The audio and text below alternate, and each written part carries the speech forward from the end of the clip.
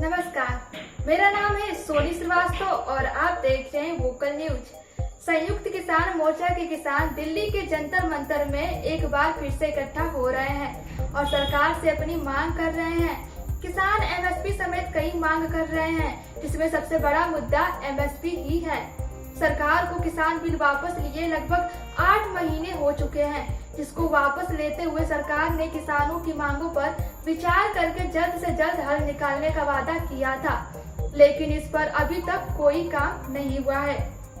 किसान आंदोलन के दौरान किसानों पर जो मुकदमे हुए थे उसे भी वापस लेने की मांग की जा रही है, लेकिन सबसे बड़ा मुद्दा एमएसपी का ही है।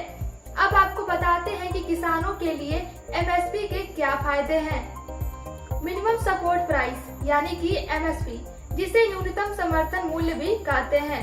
किसान चाहते हैं कि एमएसपी पर एक कानून बनाया जाए, जिससे उनकी फसल एमएसपी से कम पर कहीं भी नहीं खरीदी जाए। आपको बता दें कि सरकारी खरीद का कोटा पूरा होते ही मंडी और मंडी समितियां फसल खरीदना बंद कर देती हैं।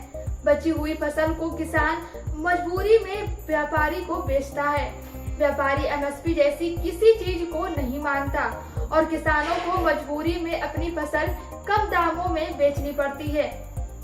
कई बार ऐसा होता है कि किसान खुद ही कम दामों पर व्यापारियों को फसल बेचने को तैयार हो जाते हैं, क्योंकि उनको तुरंत पैसों की जरूरत होती है और व्यापारी उन्हें नगद पैसे दे देते हैं।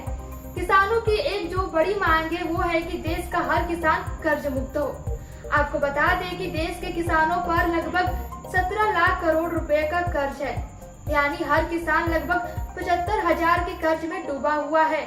जबकि 2021-22 के दौरान भारत का बजट 34.83 लाख करोड़ रुपए था, यानी देश के किसानों पर जितना कुल कर्ज है वो देश के बजट के लगभग आधे के बराबर है।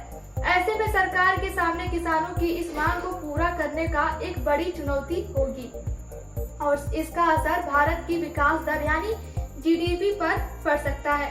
किसान अपने इस आंदोलन में अग्निवीर योजना को सरकार से वापस लेने की मांग कर रहे हैं। केंद्र सरकार द्वारा बनाया गया बिजली बिल 2022 को भी वापस लेने की मांग किसान कर रहे हैं। आपको बता दें कि केंद्र सरकार ने एक नया बिजली विधेयक पारित किया है, जिससे बिजली विभाग का निजीकरण कर दिया जाएगा। सरकार का दावा है कि इससे लोगों को बेहतर बिजली मिल सकेगी। अगर कोई समस्या है तो उसका हल भी निकालना चाहिए। केंद्र सरकार ने ये वादा किया था कि जल्द से जल्द सरकार इसका हल निकालेगी, लेकिन सरकार शायद अपना वादा भूल गई। वैसे तो राजनीतिक दल किए हुए सारे वादे कहाँ ही पूरा करते हैं, लेकिन जब सरकार ने आश्वासन दिया था तो उस वक्त किसानों ने आंदोलन खत्म कर दिया था।